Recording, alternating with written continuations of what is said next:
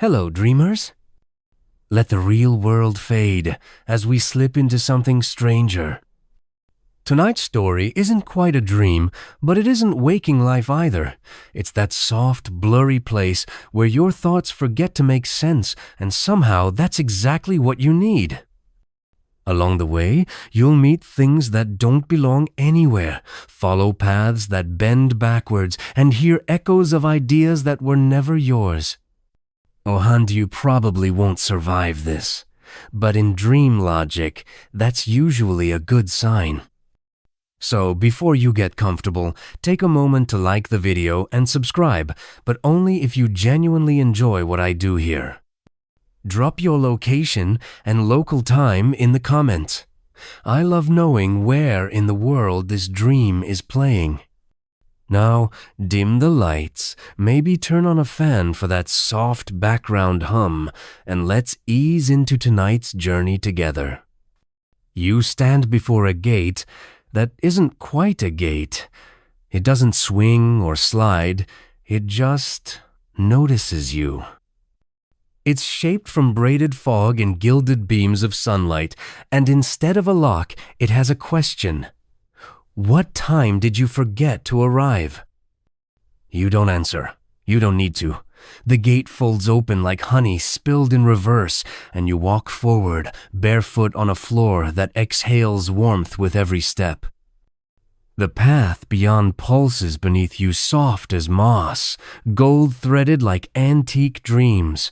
With every step, you feel your muscles relax, as if gravity itself is slowly forgetting how to hold you. The sky above isn't sky at all. It's a dome of melted clock faces, each one dripping golden rain like tears from forgotten hours. The rain falls silently, no splash, no chill. Just soft taps that land on your shoulders and vanish into steam. You look down at your arms. Time drips from your skin like watercolor. Numbers blur into years you never lived. And still, you walk. Some believe dreams are where we process unfinished thoughts, but this place feels like it's where time itself comes to give up. Like it tried to organize your days, your years, your careful routines, and finally just shrugged and melted into poetry. You pass a cat made of velvet and dust, curled beside a sundial with no shadow. The cat opens one eye lazily, nods once like a doorman, and goes back to dreaming something clearly better than reality. Just ahead, the path curves sharply, but it doesn't turn. It loops upward into a spiral that defies height. You're walking into a helix made of gold and maybe laughter. The higher you go, the less the rules of up and down seem to matter.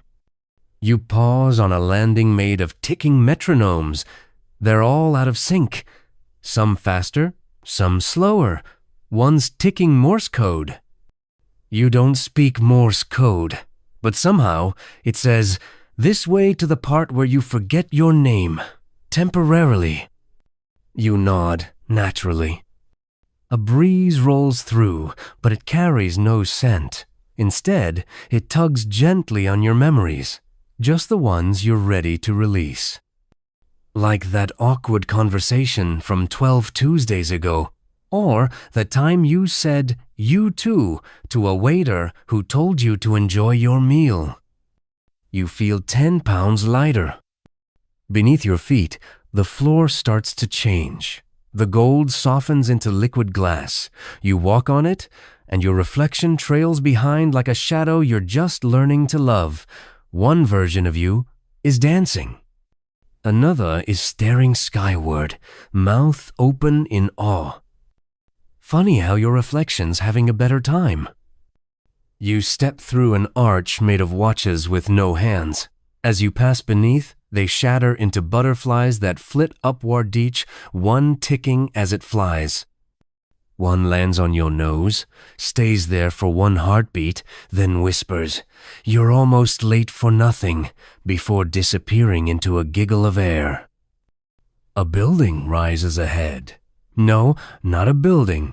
A shape, like someone described architecture to a cloud and asked it to try its best. Towers lean gently into each other, windows blink open and closed. The whole structure breathes, and you understand you're welcome here. At the threshold, you pause. Your breath fogs the air, and the fog forms a doorway. In the swirl, a memory floats, your childhood self, wearing a paper crown, chasing a clockwork bird through a garden of wet leaves. The memory looks back at you and grins. And for a moment, you remember exactly what it felt like to believe that anything could happen, that the world might unfold just for you, just once. Then the memory winks and dissolves into the warm mist of the palace entrance. You step inside. The floor hums a lullaby your mother once hummed while folding towels. The walls ripple gently, shifting hues with your heartbeat silver when you're calm, lavender when you're unsure, golden when you remember to breathe. A chandelier hangs overhead, swaying without wind. It drips a slow, syrupy rain of melted time. Each drop lands with a soft note piano keys from a song no one's written yet. And now you're walking again, not toward anything, just with purpose. Like the dream gave you somewhere to be, but forgot to include instructions. Maybe that's the point.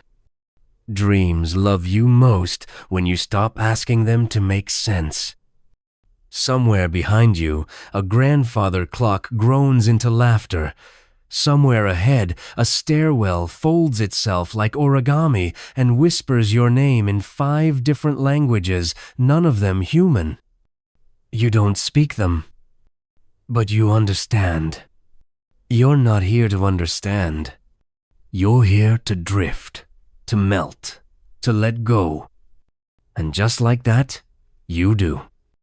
The staircase folds down toward you like a ribbon deciding to be useful. Each step unfurls with a sound like pages turning in an old book slow, textured, slightly smug. You step onto the first one, and it curls gently upward as if helping you along, as if saying, "Don't worry, we've got you." The bridge isn't visible from the bottom. Only once you're a few steps in does it begin to reveal itself like shy architecture. It's not made of wood or stone or anything firm. It's woven from shadows, reflections, and a kind of silk that only exists between 2 o'clock and 2:01 a.m. on forgotten Tuesday mornings. Above, a soft teal glow spreads like morning caught in a bottle. This is the Blue Hour Bridge, and you're its only traveler tonight, maybe ever. It folds and unfolds as you go wrapping behind you, unfurling ahead. There's no end in sight, and that feels perfect. You pause once, just once, to glance over the edge. But there is no edge, just more of everything curling downward, like spilled ink on warm paper. You might be upside down, you might be walking sideways, it doesn't matter. The bridge knows the way, and you are the cargo. Some believe dreams serve to rehearse survival, but this bridge doesn't teach survival, it teaches surrender. Surrender to the path, to the moment, to the you that isn't keeping score. The handrail is made of cool breath and distant laughter. As you touch it, images flicker along your palm half-formed dreams you almost had. A wedding where the guests were all clouds. A birthday party inside a whale. An argument with someone who looked like you but insisted they were your conscience. You don't remember these, but you also don't not remember them. Below the bridge, if below still means anything, a soft swirl of objects drifts like lazy snow. A single sock with a galaxy inside it. A phone that only dials extinct species. A book that cries when you dog-ear its pages. These float past, looping in slow arcs, defying every category you've ever learned. The bridge tilts slightly. Not dangerously, Just enough to say, "Pay attention, you're tilting too." You nod, adjust your step, let the tilt lead. As you walk, you pass under arches suspended midair, each one humming with a different emotional chord. One plays your last heartbreak in reverse. Another plays your first kiss, but from the other person's point of view. A third simply hums, "You're doing fine," over and over until your shoulders finally drop the weight they didn't know they were carrying. You laugh unexpectedly. A soft, real laugh, the kind you didn't know was missing. Up ahead, the bridge does something new. It loops not in a circle, but in a feeling. You step forward, and suddenly, you're stepping back into a memory you've never had. You're standing at a party. There's music you've never heard, friends you've never met, but you recognize all their smiles. Someone hands you a glass filled with stardust and says, "You made it. You always do." Then the moment folds into itself, and you're walking again. You've heard the phrase liminal space, maybe. It applies here, but only if space is something you can fold like a napkin and use to wipe a daydream from your mouth. You are in between now. Between decisions. Between versions of yourself. One version walks behind you. They wear your old regrets like a coat they're ready to shed. Another walks ahead, barefoot, grinning, holding a kite made of your best intentions. You smile at both, let them walk. A small orb drifts up beside you. It hums like an old refrigerator and glows like the kind of lamp you'd only find in your grandparents' attic. It speaks, not with words, but with texture. You're getting close to not needing roads. You say thank you. The orb blushes, if glowing purple counts as a blush, and zips off toward a cluster of floating chairs, having a polite argument about the weather. Quirky logic? Yes. But dreams don't care for logic. They care for resonance, and everything here resonates. You glance upward. The bridge opens wide into a platform. It looks like a giant folded map that someone gave up trying to refold. At the center, a small table. On the table, a single teacup spinning slowly in place.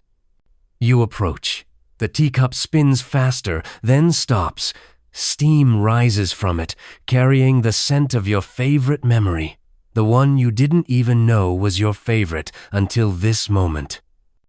Maybe it's the smell of your childhood pillow, or the warm wind of a night where you first felt seen. The steam swirls into words above the cup. Steeped from memory. Sip carefully. You lift it. Drink. It tastes like all your hopes melted into the present. It tastes like rest. As you set it down, the bridge ripples again. Behind you, it's folding into a spiral staircase once more. Ahead, it's unwinding into a garden where moonlight seems to grow like vines. You take one last look at the teacup. It nods. You walk on. The moon is closer now. Not above you, beside you. Low and quiet. Like a polite guest at a strange party. It hangs at shoulder height, cradled in the fork of two flowering trees that whisper gossip in the language of wind chimes. You enter the garden slowly, like you're arriving late to a thought someone else started. The ground is soft here, dusted with silver petals that drift upward when you step, as if the earth forgot how to hold on to gravity in certain places. A small sign, written in cursive that flickers between English and something older, reads, "Please do not disturb the orbits." You look up. There, they are Etiocups, hundreds of them, thousands maybe, orbiting the moon. Some fast, some slow, some wobbling slightly like they're new to the whole defying physics thing. They twinkle gently, clinking like laughter heard through dreams. Each cup leaves a tiny trail of steam behind, like a comet that smells faintly of bergamot and nostalgia. You reach out, and one cup peels off its orbit and drifts toward you. It's white porcelain with a handle shaped like a question mark. Inside, the tea is glowing soft amber, pulsing faintly. When you bring it to your lips, the surface reflects not your face, but your most recent unspoken thought. You drink it anyway. It tastes like curiosity, and also like something your grandmother used to say, though you can't remember what.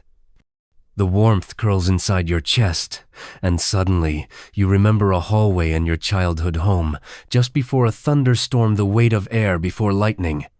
That same stillness lives here. The moon blinks. Yes, it blinks.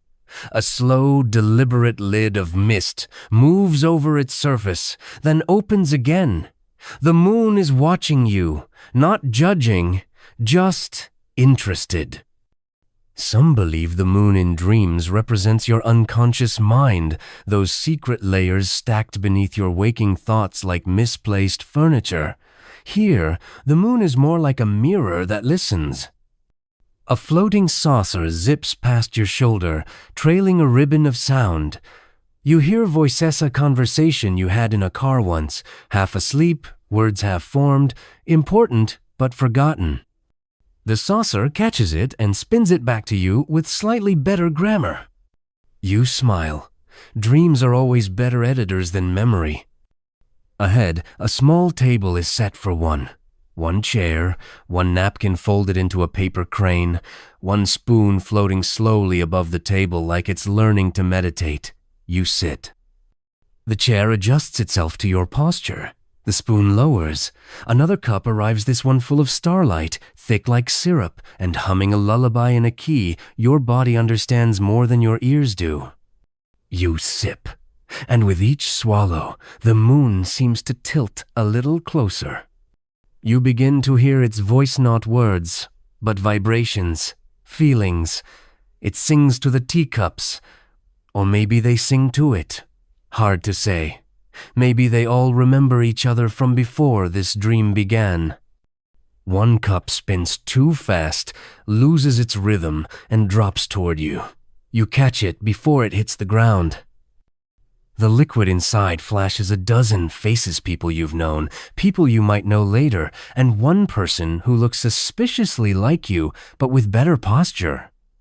You hand it gently to the air, and it resumes its orbit with only mild embarrassment. There's a stone path winding through the teacup grove now. Each stone is engraved with a word you forgot to say in real life. Words like stay and forgive and it's okay. You step over them gently, like stepping on sleeping cats. To your left, a harp plays itself. It's strung with hair from forgotten gods and memories that never became regrets. Each note bends the air into new shapes. One shape looks like your childhood bedroom, but it's underwater. Another forms your favorite song from high school, sung in the voice of a tree. You sit down to listen, even though you don't remember sitting. You could stay here forever. And you almost do. But then a bell rings, not loud, but clear. One soft chime that rolls through the garden like a ripple through silk.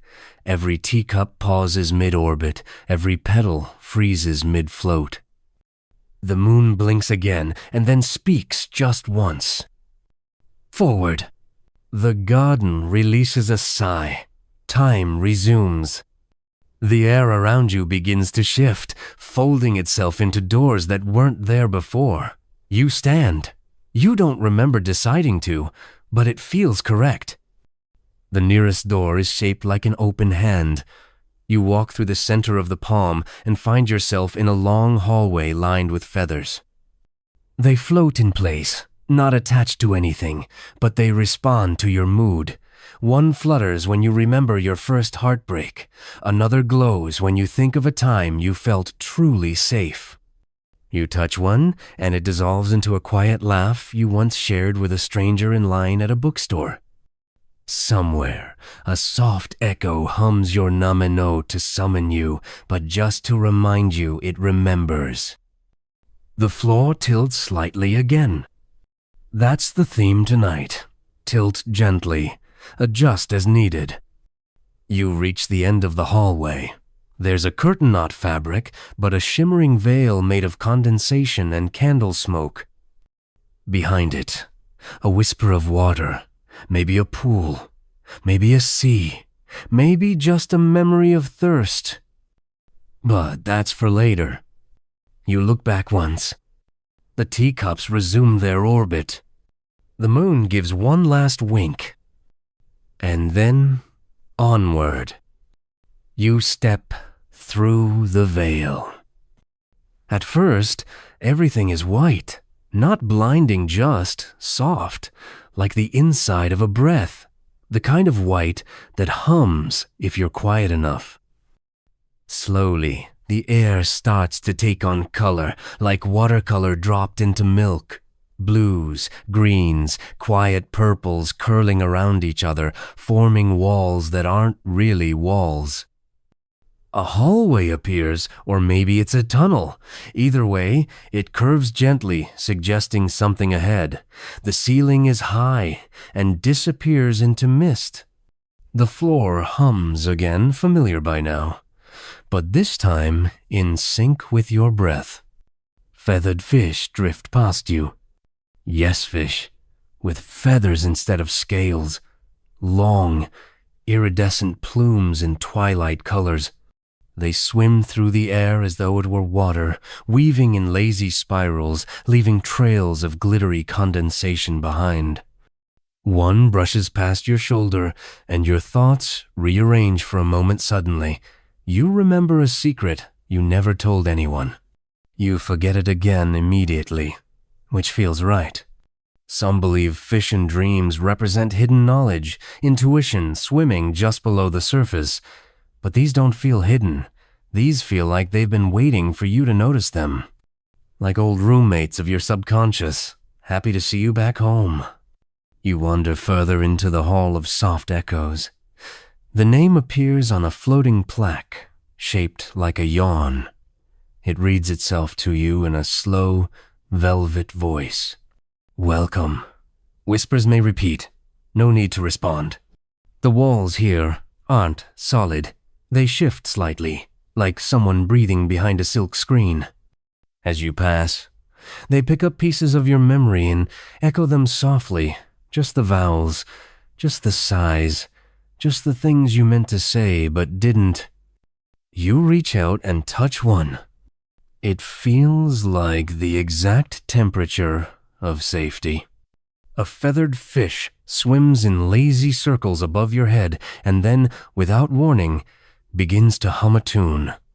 It's familiar in a way that pinches behind your eyes. A lullaby, a commercial jingle, a half-finished melody you used to whistle at bus stops. Whatever it is, it slows your heartbeat until your bones feel warm and slightly unreal. In the distance, something laughs. It's not loud, and it's not aimed at you. It's the laugh of a hallway amused by your seriousness. You're still thinking in straight lines, and that's cute. One wall blossoms open. Not opens blossoms. It unfurls like a flower in fast motion, revealing a circular room where sound takes shape. Whispers dance like jellyfish here. One says your name, then loops it like a slow song, turning it into a new word entirely. There's a small pool in the center of the room, filled with clear liquid that reflects possibility more than image. You kneel beside it. The surface swirls and shows you an event that hasn't happened. Not a prediction, just an option. You pet a dragon that smells like laundry soap. You both laugh. Then the pool returns to stillness. A pillow floats by. Yes, a pillow. Soft, pale blue, embroidered with little gold question marks. It nudges you gently in the ribs, as if suggesting it's nap o'clock. You smile, decline, and it drifts away to flirt with a chandelier made of spoons. You continue walking. The air becomes warmer now, humid in a comforting indoor plants at midnight kind of way. The feathers around you begin to pulse with color as if reacting to your thoughts. One turns scarlet when you think of an old regret. Another flashes silver when you remember a compliment that still makes you glow. Dream logic kicks in again. You walk through a doorway and find yourself in an inverted forest roots above you, leaves beneath. The feathered fish follow you here, now glowing faintly with internal light, like lanterns made from bedtime stories. One pauses midair and speaks in a child's voice. "We don't swim. We drift toward better questions." Then it continues on. You nod. Of course. A new path opens, lined with small bells. Each one rings as you pass, responding not to your footsteps, but to your doubts. A chime for every maybe, every what if, every soft worry you haven't quite released. It's beautiful, dissonant, but oddly harmonious. You come to a bench. It's shaped like a comma. You sit. Some believe dreams reflect our fears, but here, even fear wears slippers and speaks kindly. You lean back and let the feathered fish drift closer. They circle above you, forming a halo of light, movement, and indecipherable lullabies. One whispers something important in a language your body understands, but your mind quickly forgets. You close your eyes for a moment, just a moment, and when you open them, you're back in the hall.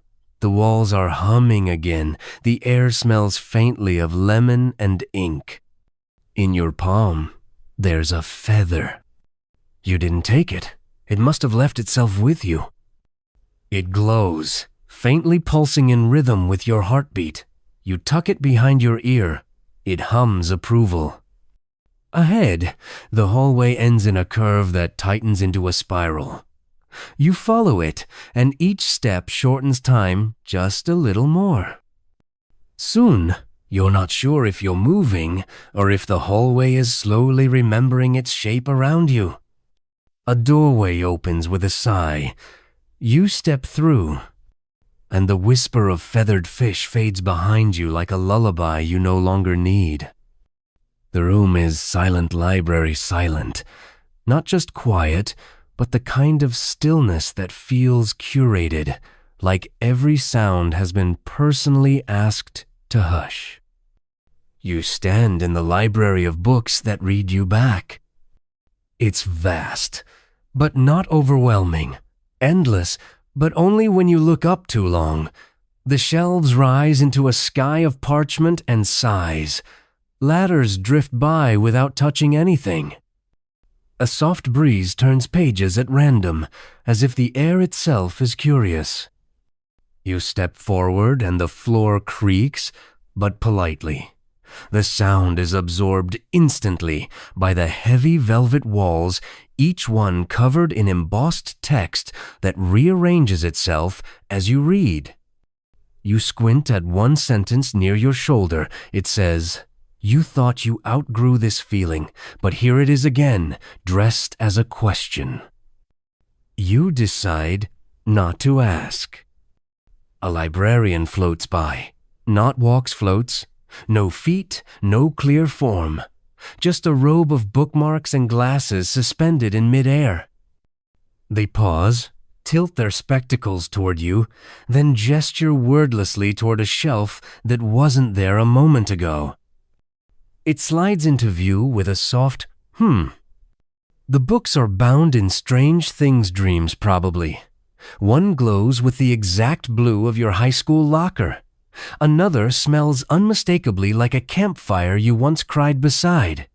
Titles rearrange as you approach. The secret you hid in a joke. Your third favorite sound. Things you almost said that would have changed everything. You reach for the last one. It flinches slightly, then settles into your hand. As you open it, you don't see text. You hear it. The pages hum a memory into your skull, wordless, warm, like being understood without needing to explain. You close the book and it purrs. Some believe books and dreams represent untapped wisdom, but here it's more honest. Books are mirrors that reflect when you're not looking. A small platform lifts you to the next tier of shelves, where the air smells like midnight and folded letters.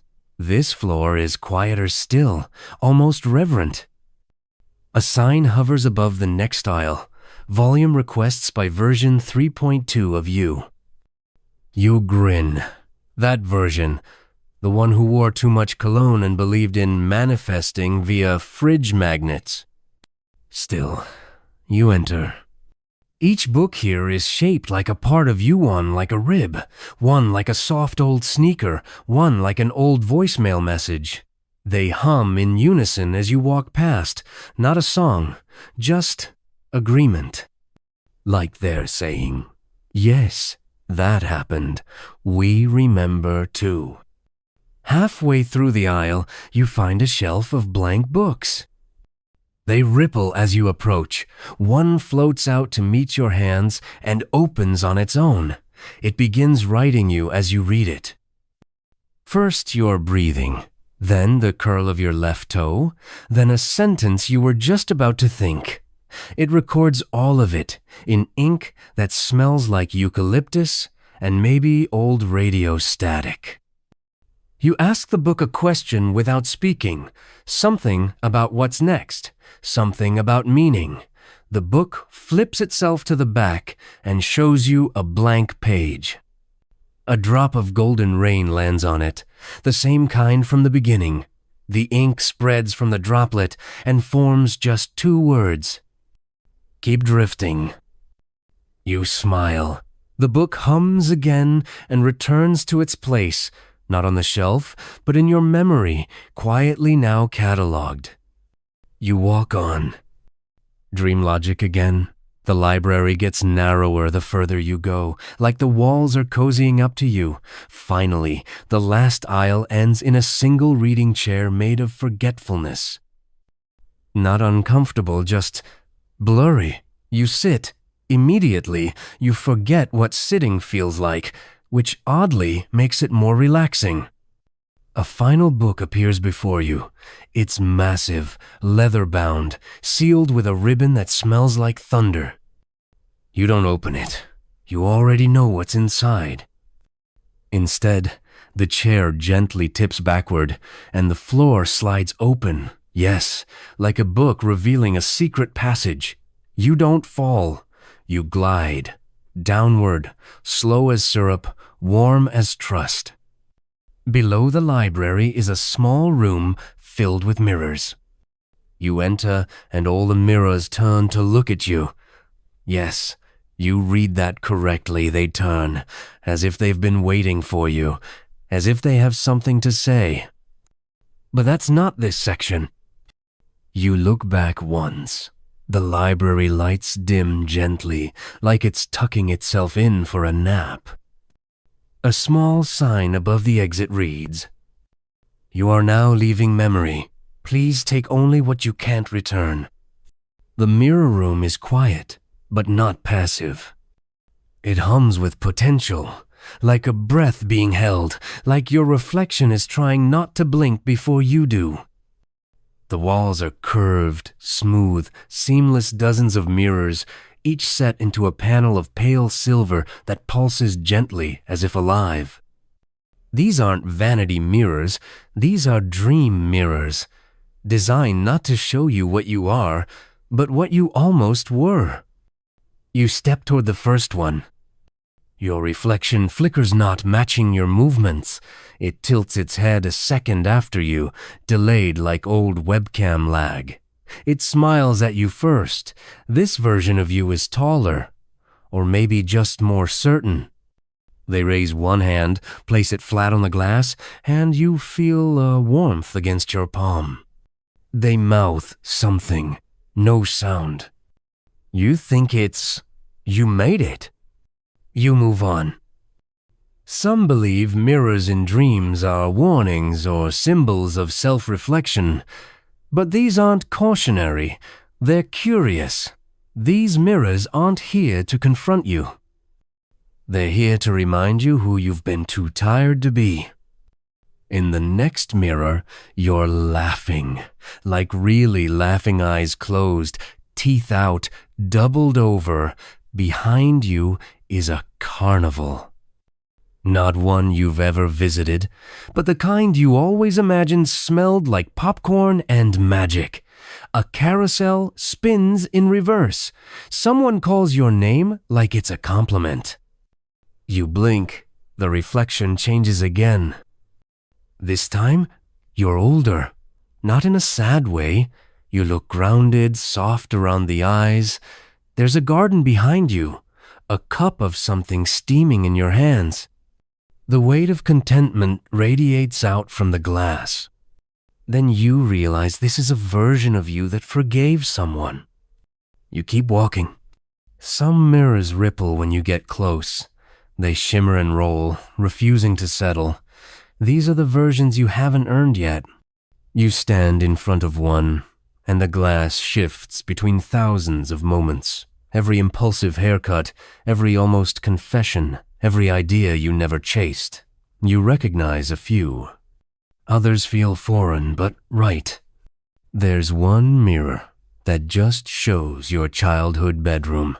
You're not in it. Just the bed, the stuffed animal with one eye, the window cracked open like it always was during storms. The dream gives you a moment with it, no agenda, just memory.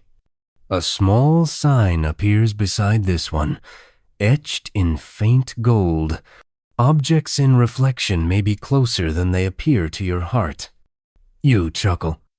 Dreams love a pun. In the center of the room is a large oval mirror on a pedestal.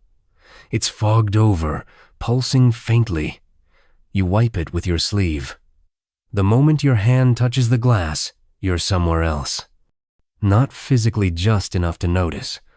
This mirror doesn't show a reflection. It shows a scene. You in a city you've never been to, raining lightly. You're on a rooftop, barefoot, yelling something joyous into the sky. No one is watching. No one needs to. That kind of freedom is its own applause. You reach out, but the mirror goes dark again, satisfied that it showed enough. A gentle chime sounds, low and rounded like a bell made of velvet. It echoes off the mirrors and they all begin to shift, tilting away, folding flat into the walls, as if saying, "That's all for now." A doorway forms where the largest mirror stood. You step through. This corridor feels quiet in a different way, heavier. The floor beneath you has become a shifting carpet of old photographs. You try not to step on any faces. Some are yours. Most are strangers, or maybe versions of you that never took root. Above, the ceiling is glass. On the other side, a slow storm of golden rain continues to fall upward time, still in reverse. You're walking under an upside-down weather system, and it doesn't even register as odd anymore. A single sound follows you now, a slow heartbeat. Yours, or the room's, or time's, hard to say. Halfway down the hall, a new mirror appears. It's cracked in 3 places. You look inside and see not one reflection, but 3. You, as you were before. All the hard things happened. You in the exact moment of your most beautiful mistake. You after something important you haven't done yet. They look at each other. They look at you. You don't need to choose. They're all you. The mirror doesn't ask for decisions, just acknowledgement. You touch the glass gently, and each crack glows for a moment, then seals itself. Behind you, the walls begin to close, not threateningly, just to suggest that this part is over.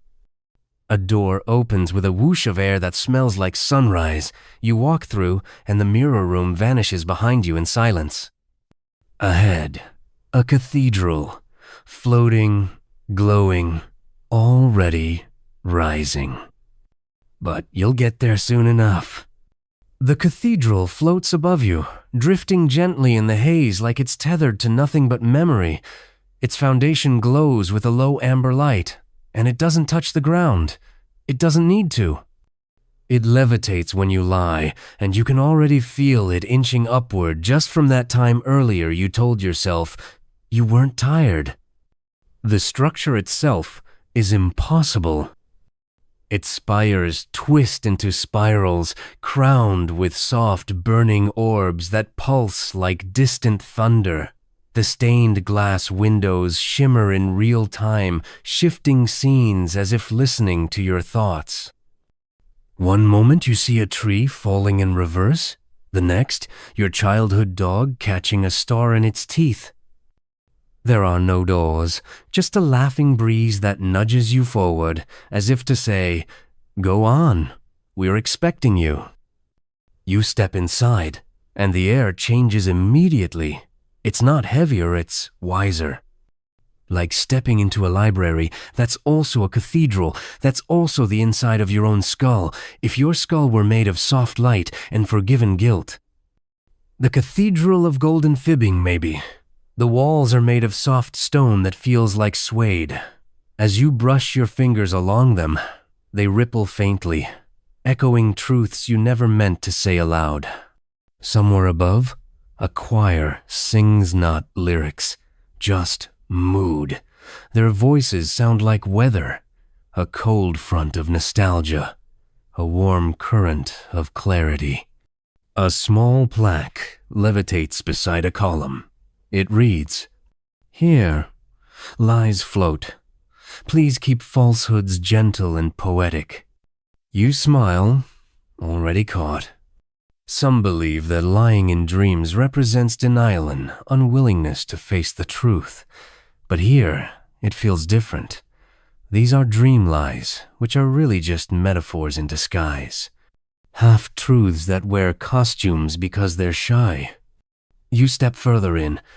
The pews are empty except for memories wearing robes. You recognize one yourself, age 7, explaining how clouds are made of whipped cream and sky thoughts.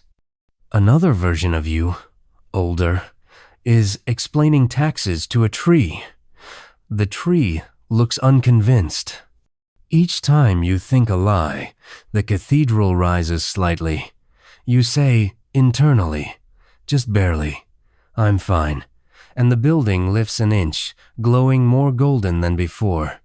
The light hums around you. Not judgment, just acknowledgement. You're getting lighter too. The pulpit at the far end of the space is made of open books, stacked and humming, their pages fluttering in wind that doesn't exist. As you walk toward it, a confessional booth slides in from nowhere, as if summoned by guilt you haven't remembered yet. You step in. Inside, it's warm. One wall is covered in tiny clocks, each one ticking backward. A velvet voice on the other side of the screen says, "Say something you don't believe, but wish you did." You whisper, "I deserve peace."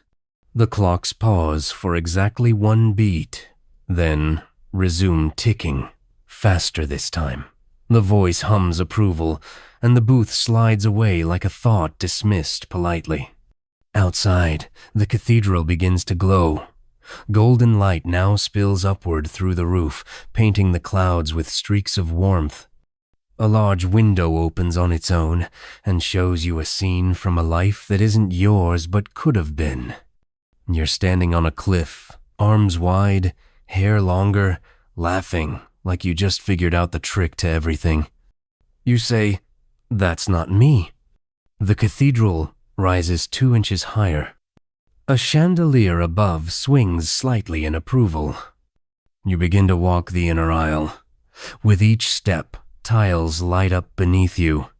Each tile labeled with a statement, some true, some almost true, some poetic. You never really hated them.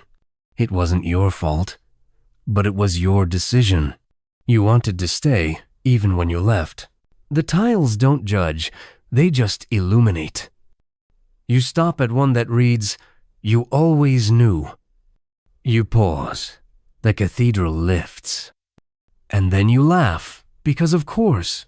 Even laughter counts as a gentle lie here, pretending things aren't as strange, as sad, as beautiful as they really are. Dream logic tiptoes back in. A stairwell appears that spirals upward, but only when you say things you don't believe. You try, experimentally. I'm not afraid. The stairs twist gently upward. You try again. I've moved on. The steps climb faster. One more. That didn't hurt me. You're almost weightless now. Somewhere far above, a bell rings made of moonstone and denial. Its chime shakes loose a dozen truths from the rafters. They fall like golden feathers, each one landing with a soft plink and dissolving into understanding. You reach the top of the staircase. There's nothing there but a single word written in smoke. Maybe. You nod. The cathedral hums, lowers itself slightly now, as if exhaling. It settles back toward the earth, closer than before. You've told enough soft lies for one evening. The building is pleased. It glows like the inside of a warm hand. A door finally appears, because now you're ready to leave. You step through it without looking back. Behind you, the cathedral lifts one more time. Not for anything you said, just for the things you almost admitted. The door opens into a field of pillows. Not scattered and not chaotic. They grow here, rooted like fruit from short, knotted trees that sigh when the wind pushes through them. Some are round, others long like loaves of bread, all impossibly soft, and they smell faintly of dryer sheets and old lullabies. You are in the pillow orchard. The sky here is drowsy, a pale lavender canvas pulled just low enough to hush the light. It's always just before sunset, or maybe just after dawn. Either way, the world is muffled like a secret being kept just for you. You step forward, and the ground gives a little under your feet marshmallowy, forgiving. Each step is an apology accepted. From the branches above, thoughts grow like fruit. Some shaped like pears, others like stars, a few like teardrops holding fireflies inside. The trees hum gently. They are thoughtful, slow creatures that remember every dream they've ever caught. One drops a ripe thought in front of you.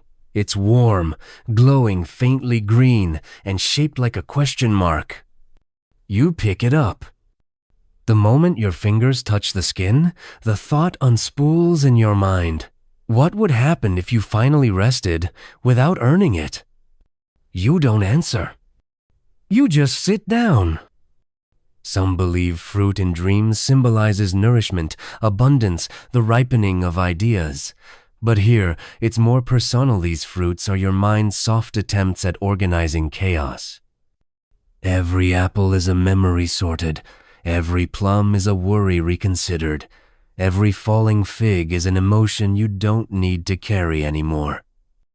Around you, soft giggles erupt as the wind shakes the branches. Thoughts fall everywhere, puffing into the dirt like snowflakes.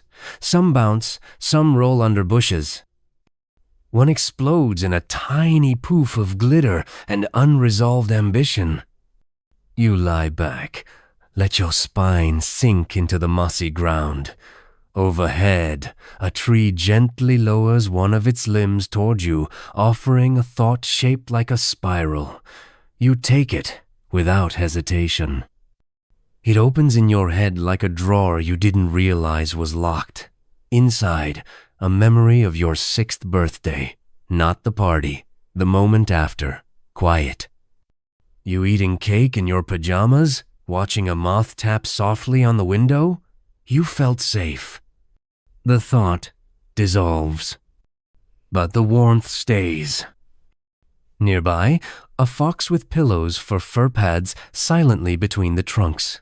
It watches you with knowing eyes, then vanishes into a yawn-shaped hole in the air. The trees don't seem bothered. They've seen stranger things. In the distance, a low rumble stirs the soil. A wheelbarrow appears, being pushed by no one. It stops beside you. Inside, half-melted candles, a collection of sighs, and 3 ripe dreams wearing nightcaps. A small sign reads, "Compost for unspoken wishes." You place a thought into the cart, something old and heavy. It accepts it with a puff of lavender smoke. The cart rolls away. You get up and walk deeper into the orchard. The trees thicken here, their roots tangled like conversation. You follow a winding path paved in threadbare blankets and lose track of how long you've been wandering. Eventually, you reach a clearing where a single tree stands alone. It's larger, older.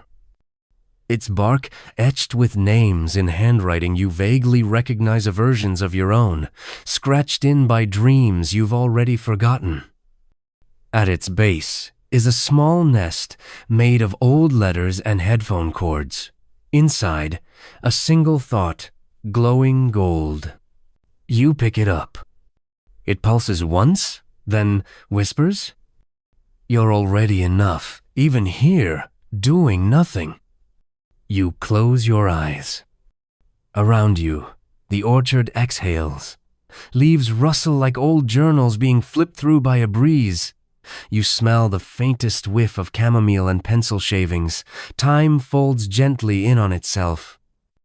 Then, from above, a strange sound, a soft chime of bells made of cloud.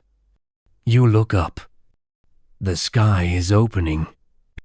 A seam splits the clouds, and down floats a spiral staircase made of satin and birdsong. Each step stitched from lullabies in languages no one speaks aloud anymore. The staircase anchors itself beside the tree and waits. Patient, dream, still. Somewhere beneath you, the orchard begins to blur. It's not fading, it's drifting. Like it knows it's time for you to go, and it's giving you a gentle push. You climb the staircase, one step, then another. Each one plays a note, not musical notes, emotional ones. One feels like finishing something you were afraid to start. Another feels like hugging someone you miss before they even arrive. Halfway up, you look back. The orchard waves, not with branches, with mood. You wave back. At the top of the staircase is a door made of half-remembered lullabies and forgiveness. You don't knock. It swings open of its own accord. Behind it, chandeliers, made of sleeping whales. But we'll get to that next. You step into a hush so deep it has shape. The room breathes slowly. Vast, domed, and deep navy in hue like the inside of a midnight thought. Suspended above you, in a kind of patient orbit, float the chandeliers made of sleeping whales. They're massive, gentle beasts levitating with such grace you wonder if gravity ever really existed. Their bodies glow faintly with shifting constellations. Stars blink across their skin like forgotten freckles. Each whale exhales slowly, releasing a mist that turns into shimmering light. Their bellies hum lullabies you don't recognize, but somehow already know. Somewhere, a harp plucks itself in sync with their breathing. You walk beneath them, careful not to speak too loudly. Not out of fear, but respect. These are dream keepers. They store dreams in their ribs, collected, cradled, and swirled around until they're soft enough to release. A sign hovers beside you, etched in moonlight. Please do not disturb the whales unless you have a good joke. You think of one, a silly one. You whisper it into the air. A nearby whale twitches in its sleep and emits a deep, amused sound. Somewhere on its back, a new star appears. You grin.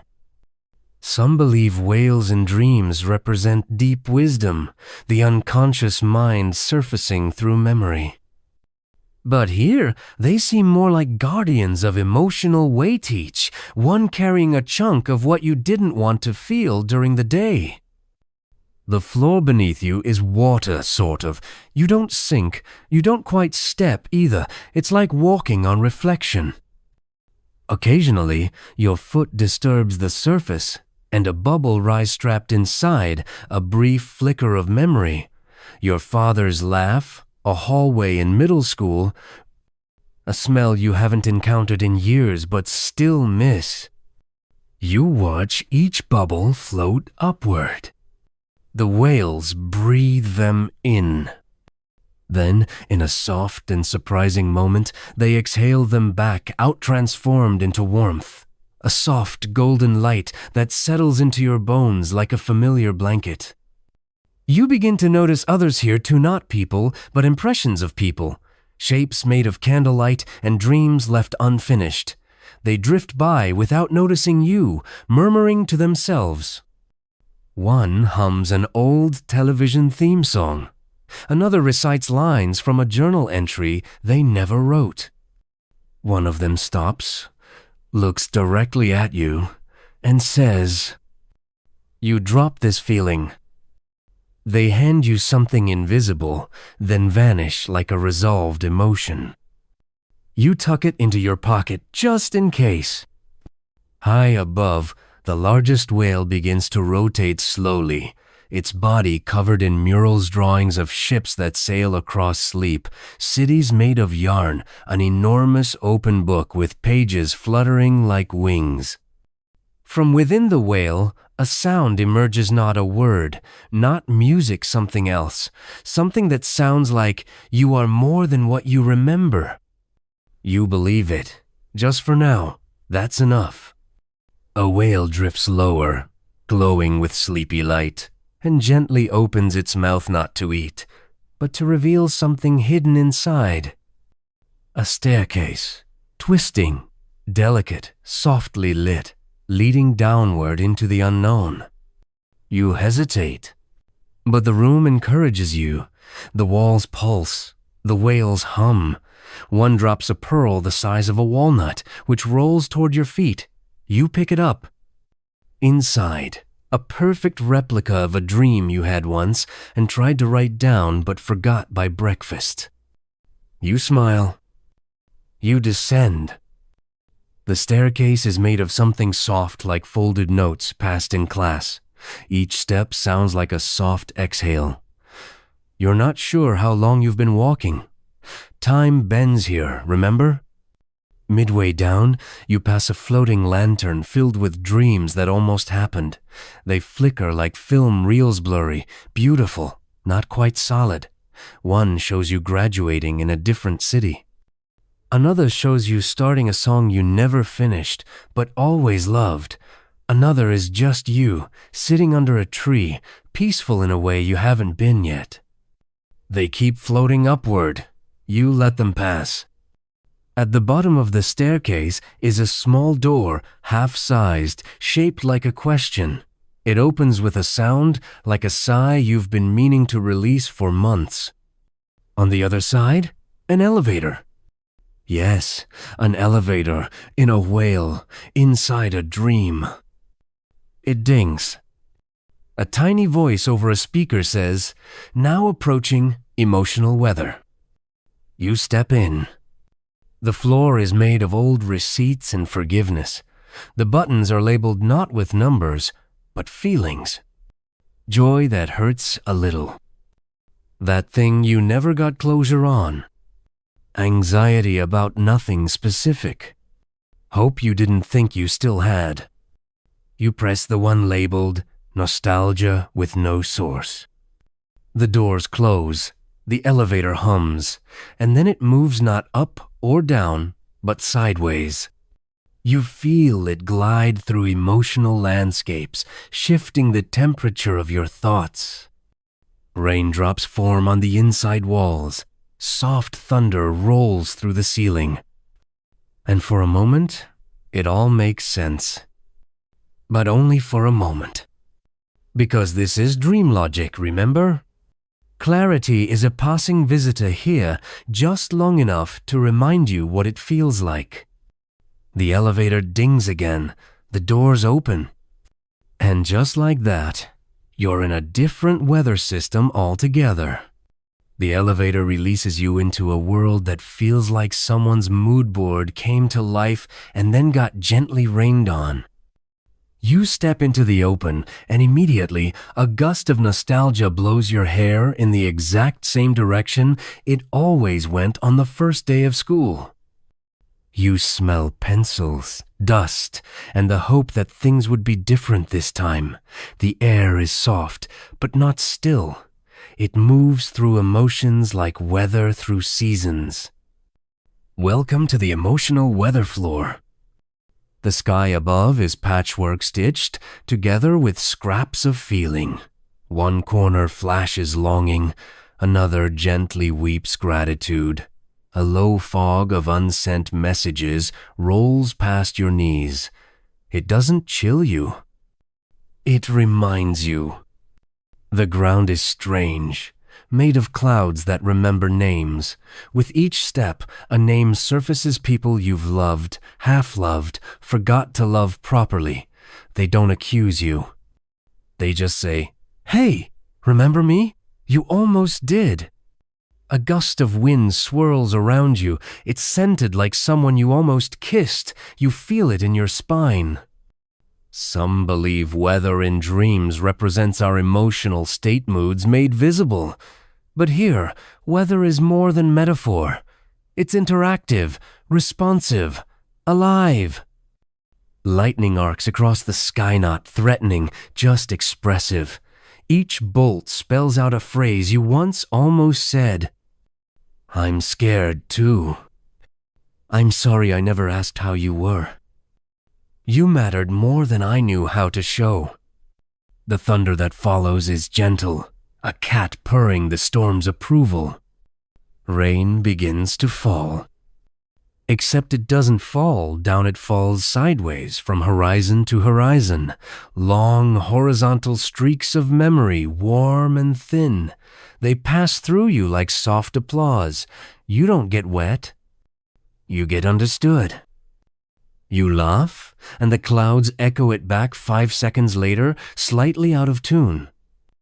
Ahead, a weather vane spins wildly. Its arrows don't point north, south, east, or west, but to emotions like resentment, joy, reluctant acceptance, and tired hope. You try to follow it, but the arrow keeps changing direction with your thoughts. So you stop chasing. You let the wind push you?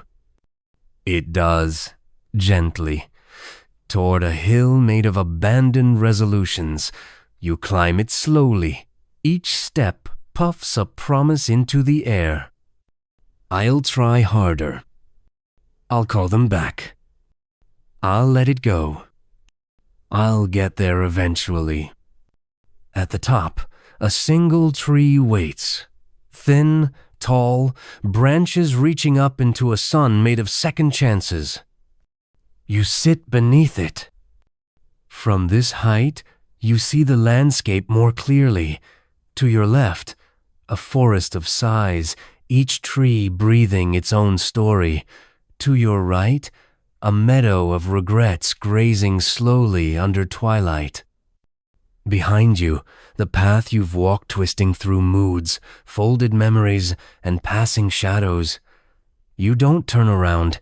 You already know it was beautiful. In front of you, a path made of cloud steps, floating stones of compressed emotion. Each one flickers with a different, shadesome warmth, some hard to name. You rise, step onto the first one. The moment your foot lands, it glows with acceptance. The second one, relief. The third, unexpectedly grief. You pause, let it wash through you. There's no shame here, just weather, passing through like it always does. No storm lasts forever, no sun stays up all night, balance in its strange, unspeakable way. Far above, a blimp sails past. It's stitched together from all the compliments you shrugged off and didn't believe, written in looping cursive along the side. You were always more than you gave yourself credit for. You wave. The blimp dips its nose in return. A gentle breeze of silliness picks up, ruffling your thoughts like pages in a windstorm of laughter. You giggle for no reason. That's a good sign. A strange creature waddles past. Half rain cloud, half penguin. It's wearing rain boots and whistling. You follow it without hesitation. It leads you into a clearing. The air is thick with the scent of petrichor and warm milk. A rainbow arcs across the sky, but it's horizontal and only visible when you smile. You do. The rainbow holds, just for you. A final gust of wind whispers something in your ear. This is all weather. You don't have to live in every forecast. You nod.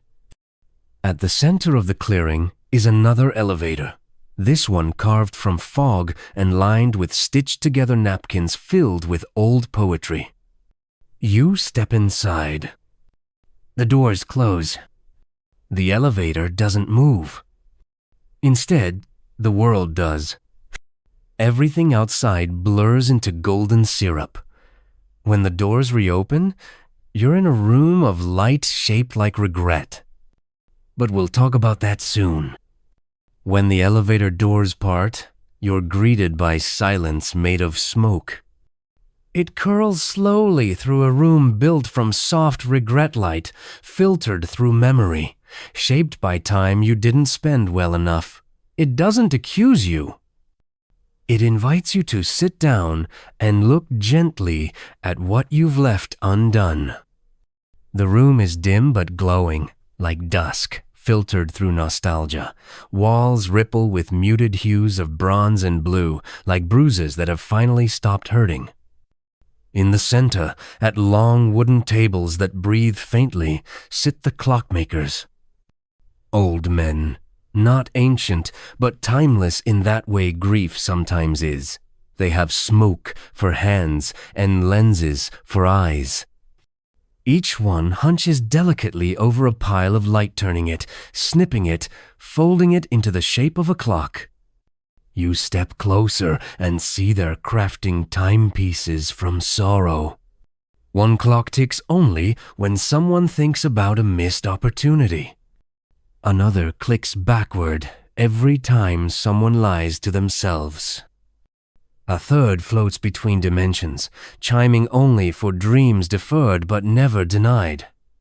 The air smells of singed journal pages and cooling metal. Some believe clocks in dreams symbolize the passage of time, fear of mortality. But these aren't reminders. These are relics of pauses. Emotional timestamps forged from all the seconds you looked away from yourself. You pass one of the clockmakers. He looks up with a glassy, knowing gaze and gestures for you to sit. You do. He slides a half-finished watch toward you. Its face is empty. The hands are made of your oldest unanswered questions. Instead of numbers, the hours are marked with phrases. What if you stayed? When did it start to change? Was it worth the silence? Are you softer now? The clockmaker nods, smoke drifting gently from his fingers as he passes you a quill made of thought. "Write in the time you want back," he says. You hesitate. Then you write nothing. The clock accepts this. Somewhere above, a giant pendulum swings. Slow, loud, but comforting. It doesn't mark minutes, it marks forgiveness intervals. Every swing lets you shed a fraction of the guilt you forgot you were still holding. You walk past more tables. One clock is shaped like a teacup that spills when it's looked at too long. Another is built from toothpicks and apology notes, spinning gently with a sound like softened crying. A third has no hands at all, just a mirror for a face. It shows you hugging someone you never called back. You look away. You look back. It's still there, but this time it smiles. A bell chimes not, a loud one, a soft, worn chime, like a memory slipping through a crack in your heart. One of the clockmakers floats toward you. His eyes are hourglasses, always draining. He speaks slowly. This is where your time collects when you're not watching. You never lose it. You just forget where you placed it. You nod, unsure why your eyes are wet.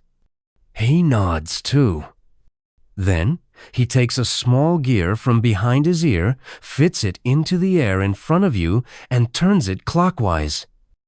A wall opens. Behind it, a hallway of hanging pocket watches, hundreds of them, suspended on silk strings. They swing gently, synchronized to your pulse. Each one ticks out a different version of your life. You walk through them, one by one. This one, you moved to that city.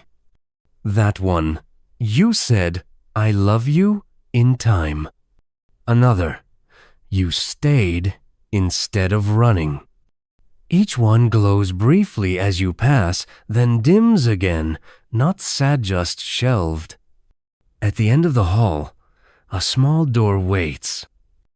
Above it, etched in fine cursive, "Only forward from here, but take your stillness with you." You open it. Inside, there's nothing. Not empty. Just pause. A velvet room with no sound, no scent, no sensation. Time has stopped entirely. You are weightless, thoughtless. There is no past in here, no next. Just now, and breath. Then gently, the ceiling lifts, slowly, like a curtain at the end of an emotional opera. Above, a night sky painted in candlelight. And just above Thetan Ocean, yes, an ocean made entirely of closed eyes. But we'll open them later.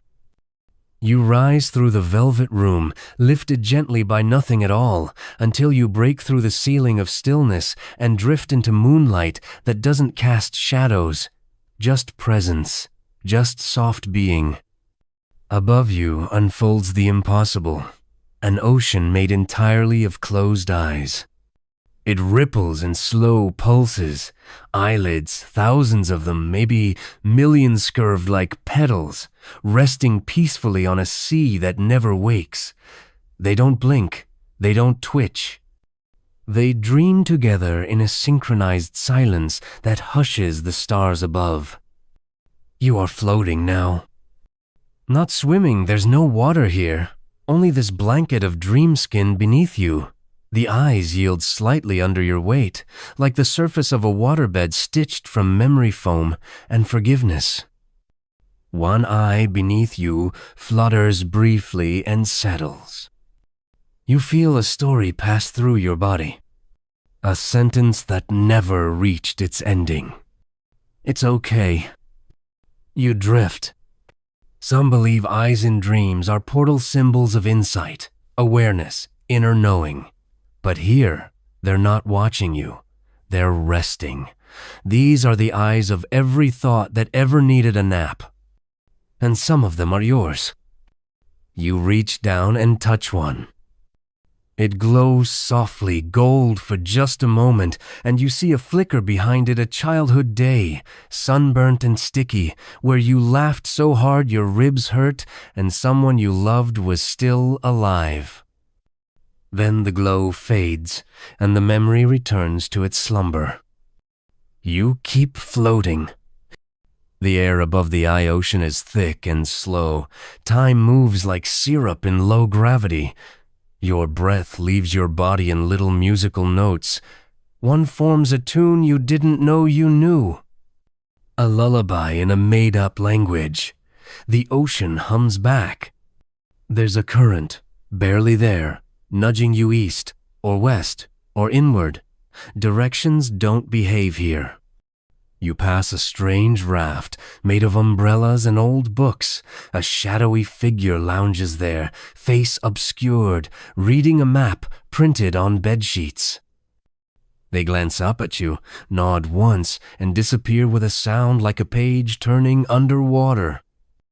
You're not startled, just interested. Nearby, a small cluster of eyes opens just for a second. A mosaic of awareness, like an idea briefly remembering itself. Then they shut again, content with your presence. You drift toward an island.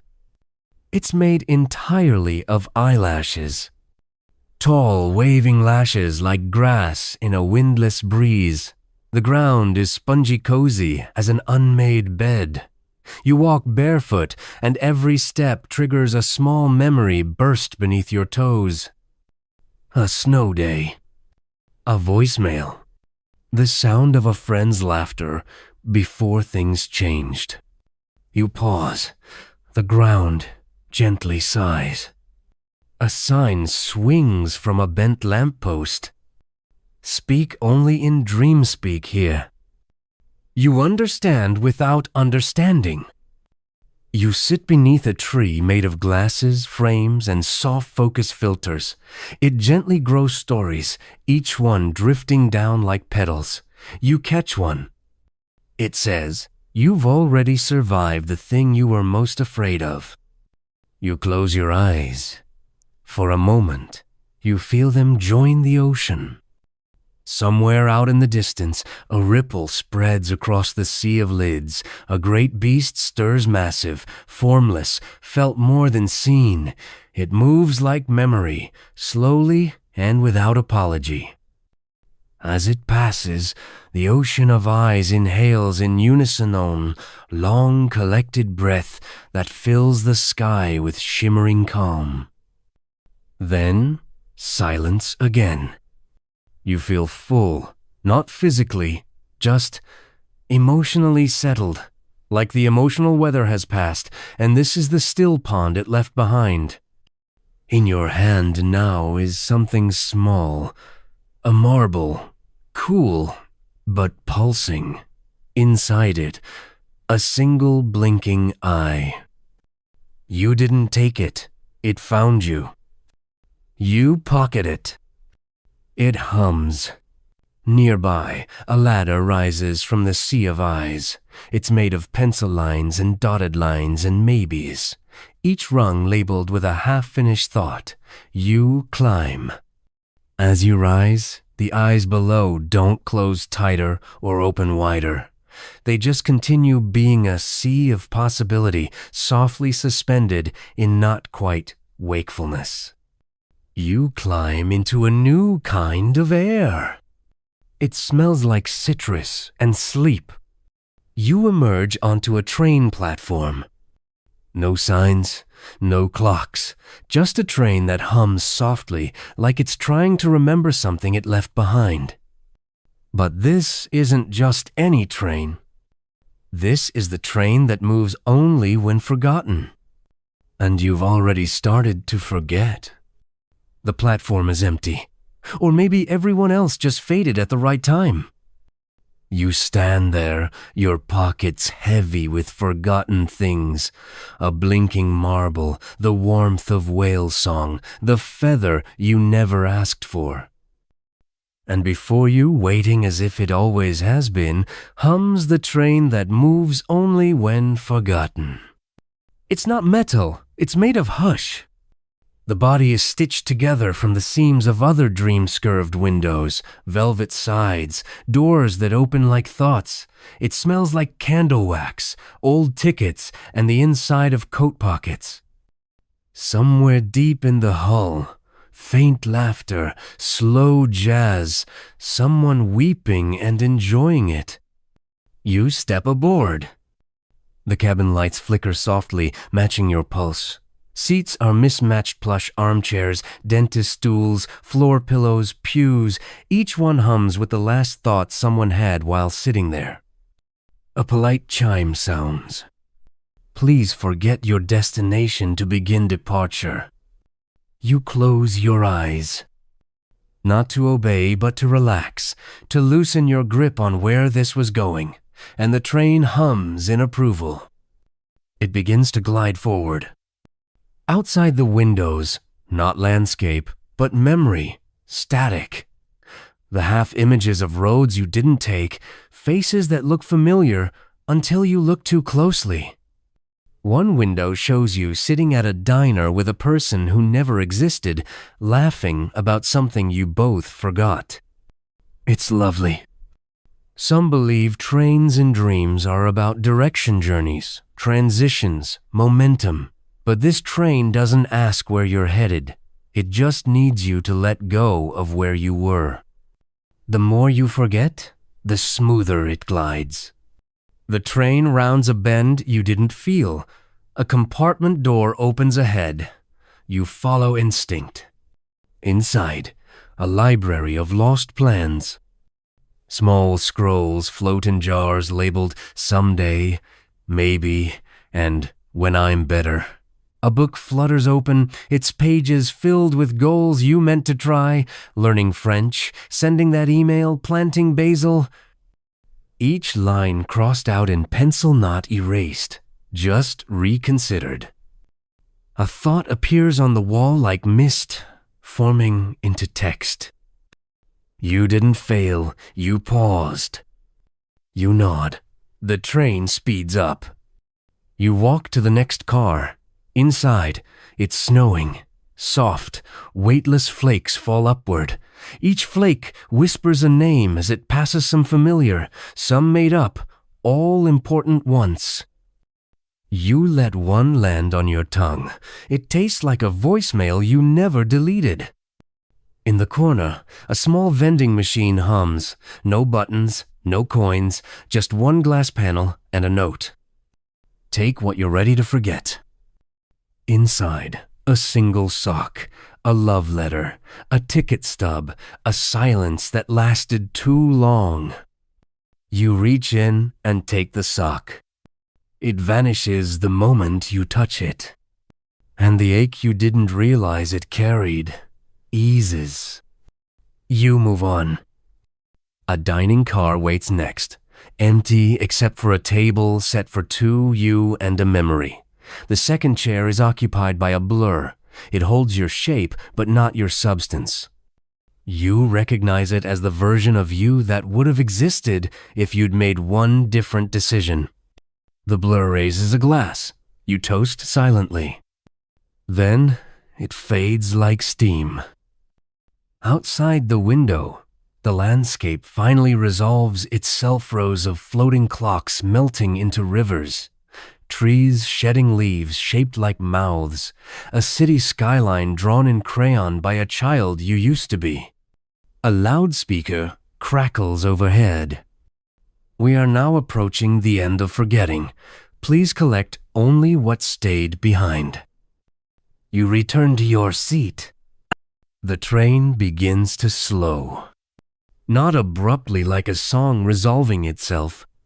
You realize you don't know where you are. But also, somehow, you're exactly where you needed to be. The train pulls into a station made of silence and candlelight. You disembark. The platform stretches out into a corridor lit with floating lamps shaped like unspoken words.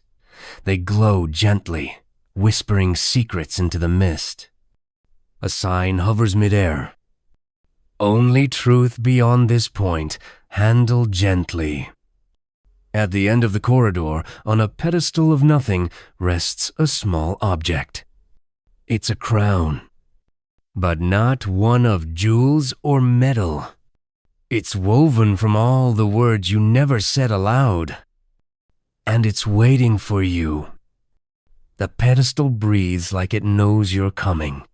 A slow inhale as you step forward, a held breath as you pause before the crown of words never spoken aloud. It's delicate woven from hush, heartbeats, and the ache of restraint. Not glittery, not showy, just true. The crown pulses with quiet tension, and you feel it in your throat, the ghosts of sentences that never made it out, the almosts, the should-haves, the I wish I'd told yous. They hum now, not with regret, but with readiness. You reach out, gently. Your fingers pass through invisible threads phrases, still caught in their cocoons. Please stay. I need help. I love you, even now. The moment your fingertips touch the crown, every unspoken word whispers itself into your chest, not as noise, but as warmth. You don't have to say them, you just have to let them live somewhere. Some believe unspoken words in dreams represent repression, but this isn't about bottling, this is archiving. Dream logic trusts silence to do more than we give it credit for. The crown lifts itself. Not heavy, but important. It fits your head like it's been waiting for you to acknowledge it. And when it settles, the air changes. Everything quiets not just around you, but inside. You can feel things rearranging gently, a soft reshelving of emotional furniture. From the walls, hundreds of little notes begin to drift, folded, floating down like snowflakes. You catch one. It unfolds itself and reads, "They knew." Another lands in your palm. You are hurt anyway. You don't need more. But they keep falling, each one lighter, each one turning into light before it hits the floor. You walk onward, the crown gently humming on your brow, not in a language, just in understanding. Ahead, the corridor benzoned with it, the atmosphere ripples. The air becomes lighter, looser, ready to lift. A door appears, simple, humble, made of linen and sleep. You step through. You're standing in a floating garden, no ground, no fence, just a platform made of woven breath, suspended midair, and above you, rain falls. But it doesn't fall down. The rain is falling up, pulled gently into floating gardens that hover in the sky like lazy balloons tethered to memory. Each droplet sparkles, moving toward the hanging soil like gravity, reversed itself just to see what would happen. You hold out your hand. A drop lands. It doesn't feel like water. It feels like a moment you almost missed. The garden breathes around you lush, layered, slowly blooming in rhythm with the upturned rain. Flowers open when touched by the droplets. Each one blooms into an impossible shape. A trumpet playing silence. A book that smells like someone you miss. A key with no door. A laugh you forgot you had. The rain continues to rise. Somewhere, wind chimes ring backwards. Petals curl outward, not inward. Nothing behaves the way you're used to, and everything makes perfect sense anyway. You sit on a patch of moss that smells like clean laundry and honesty. The crown hums against your skull, not buzzing more, like a purr of soft approval. You belong here. You've earned here. Some believe upward rain in dreams represents release-let-go emotions rising like smoke. And here, that rings true. You feel lighter with every breath. Like this place is draining the weight from behind your eyes. A vine stretches toward you, offering a flower shaped like a seashell. Inside it, a voice. Not spoken, felt. You don't owe anyone the version of you that didn't survive. The flower folds closed. You close your eyes, just for a moment, and see a sky filled with people who never told you they loved you but did. They're not waving, just watching, not needing to be known, just needing you to keep going. You rise. The floating gardens begin to drift upward, carried by the rain that keeps rising into their roots. One flower detaches and floats toward you. It hovers in front of your heart, then gently dissolves. You don't cry, but your soul exhales. A path forms ahead, made of cobblestones shaped like unfinished poems, leading away from the garden into the melting silhouette of a mountain. Its peak sways gently, as if remembering your name. You walk toward it. And the crown? It stays behind. You don't need it now. The mountain greets you like an old pet, slow, swaying, not quite the shape you remember, but somehow still comforting. It doesn't tower, it leans. The closer you get, the more it begins to change, melting into your footsteps.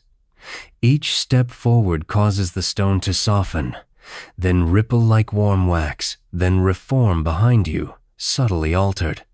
The terrain remembers you, learns your weight, decides to trust you with its shape. You begin the ascent, but it isn't a climb. It's more like a negotiation. With each footfall, the mountain gives a little, shifts a little. You don't conquer it, you collaborate. And as you move upward, the landscape shifts around you, not drastically, just gently enough to remind you that nothing here holds still. Your footprints sink into the slope, and within them grow small, flickering images. A birthday you forgot to enjoy, a dinner you ate in silence, the first time you forgave someone who didn't ask. Some believe mountains in dreams symbolize obstacles or spiritual elevation, but this one doesn't block you, it becomes you. The higher you walk, the more it melts, slipping quietly into the shape of your hopes. Every ledge is a memory that could have gone differently. Every ridge hums a tune your past self once sang under their breath, thinking no one listened. Someone did.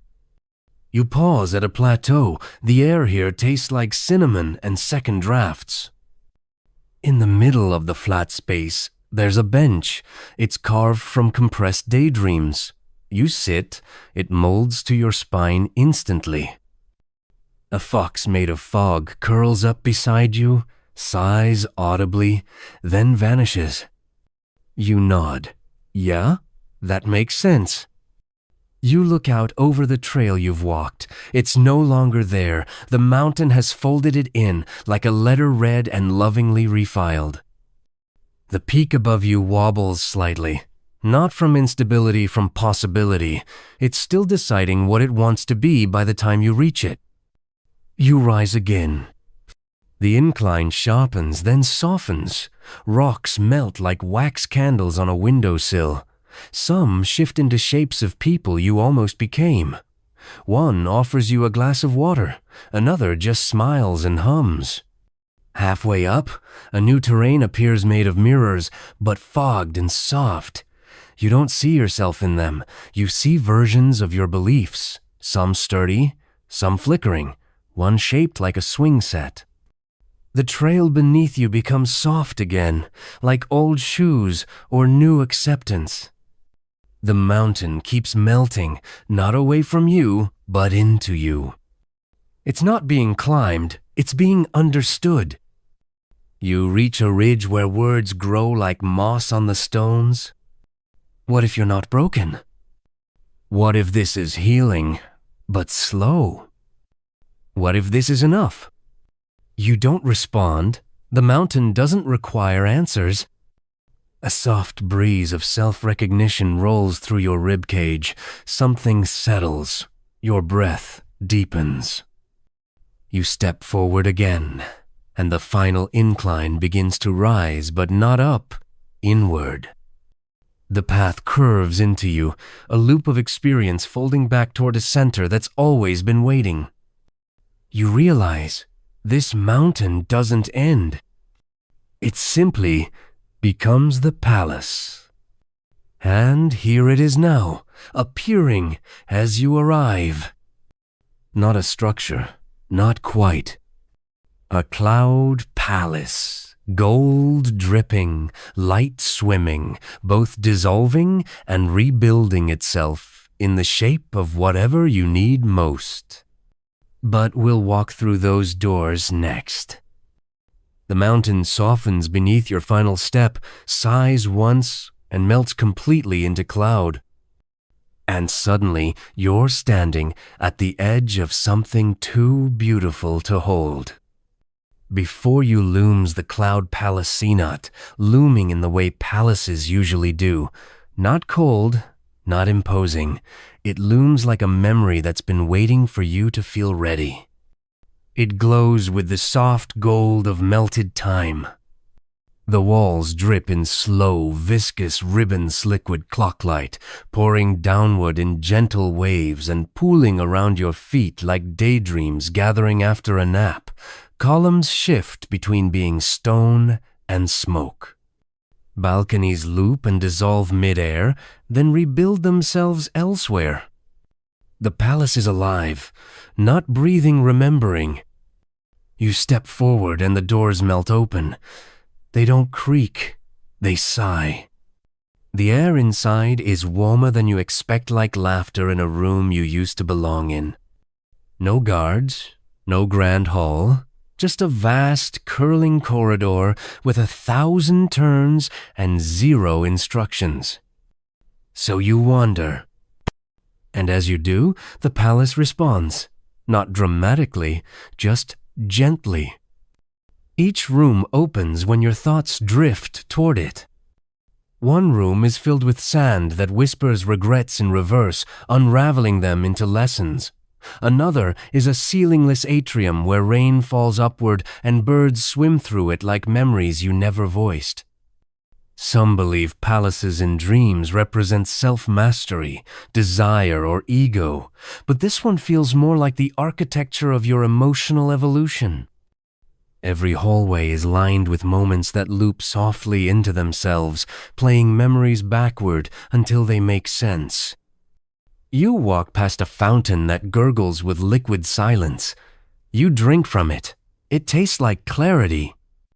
In one wing of the palace, the rooms shrink to fit you, better walls cozying up like old sweaters. You lie on a bed made of first drafts and velvet apologies. The ceiling above flickers with constellations that resemble your thoughts. You name one, maybe another, almost, and one you decide not to name at all. It just glows a little brighter. You move again, never really deciding to. The palace carries you, like a thought, drifting from one part of your mind to another. You arrive at a ballroom filled with clocks, all melted, some weeping gently, one ticking perfectly, but with no hands, just heartbeats. In the center, a grand piano plays itself. The notes aren't music. They're memories translated into tone. You hear the exact sound of letting go, the soft chord of forgiveness, the glissando of finally saying nothing instead of too much. You sit beside the piano. Even though there's no bench, the air supports you. A door appears nearby, pulsing faintly. You walk through. Now you're in the looping hallways rooms, repeating with tiny changes. In one, a younger you is spinning in a chair. In the next, you're older, holding a letter you never sent. In the third, a version of you who looks directly at you, smiles, and disappears into vapor. You whisper, "I remember now." The walls glow gold. Everything slows. Time begins to melt more quickly now, dripping down the columns, seeping into the floor. The entire palace hums like a lullaby, reaching its final chorus. You find a stairwell descending, spiraling like a seashell. As you walk down, each step removes another ounce of tension. By the time you reach the bottom, you've shed something you didn't know you'd been carrying for years. You exhale. The final door is small, humble, made of the same cloud stuff as the walls, but still, it has weight. You open it. Inside is the room that doesn't need a name. The floor is soft as breath.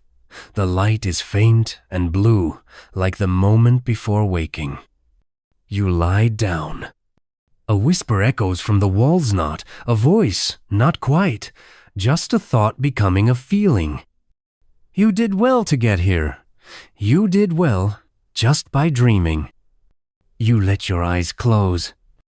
Above you, the palace begins to melt upward, gold flowing back into the sky, like time undoing itself gently. You don't chase it. You don't need to.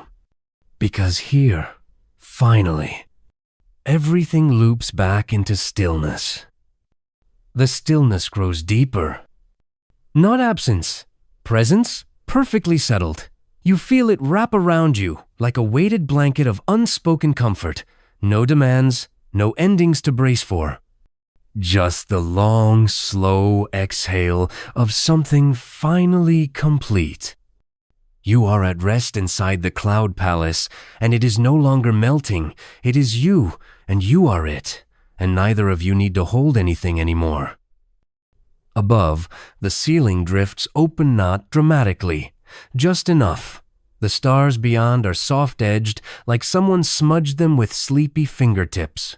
They blink slowly, on a schedule only dreams know.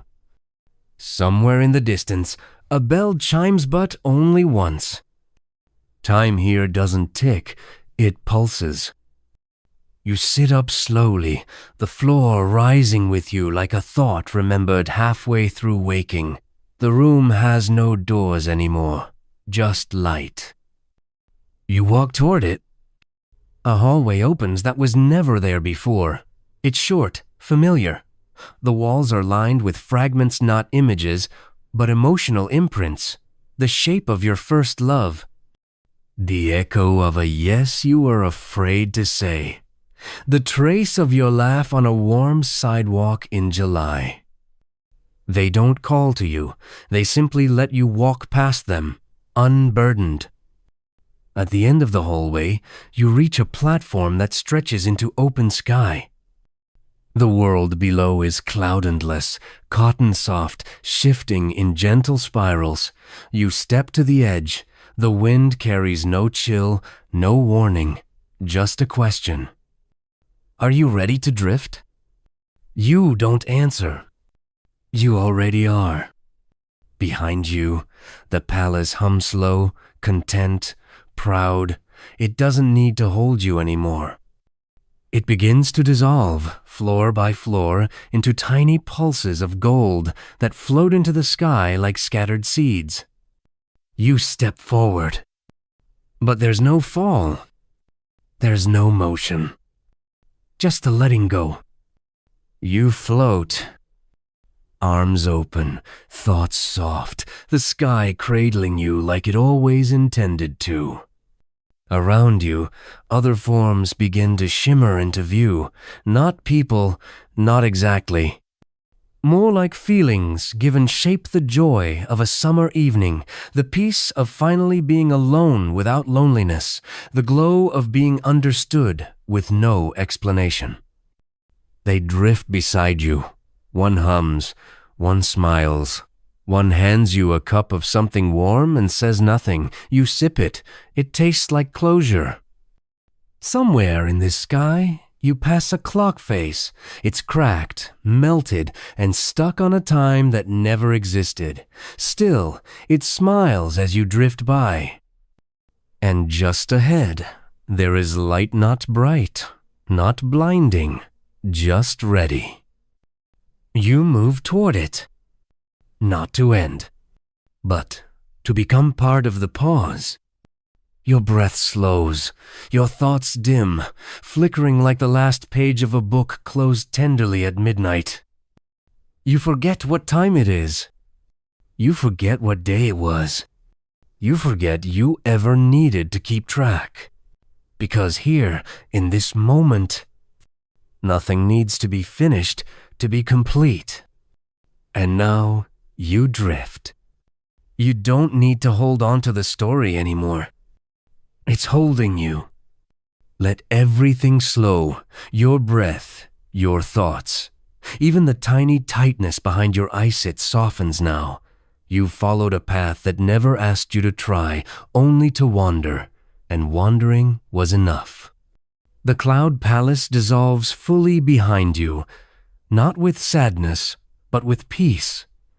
It was never a place to stay, just a place to remember who you were when you stopped pretending.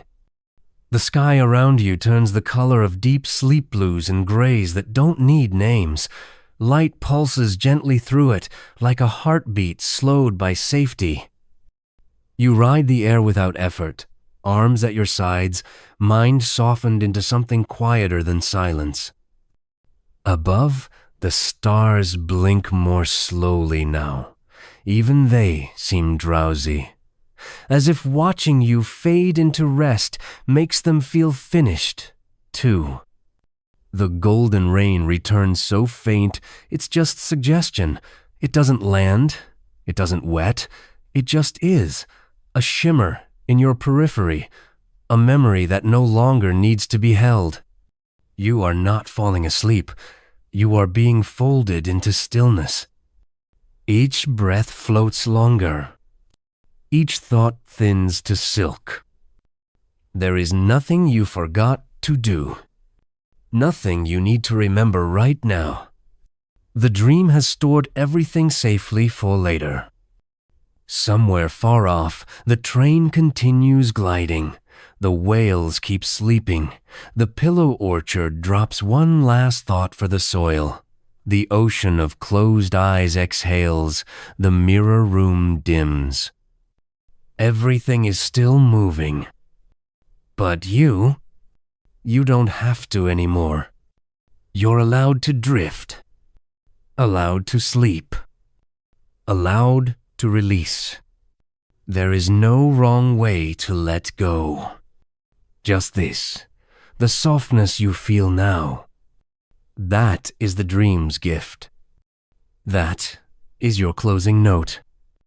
The world fades. Your body settles. The story forgets you gently. And that, dreamer, is exactly the point.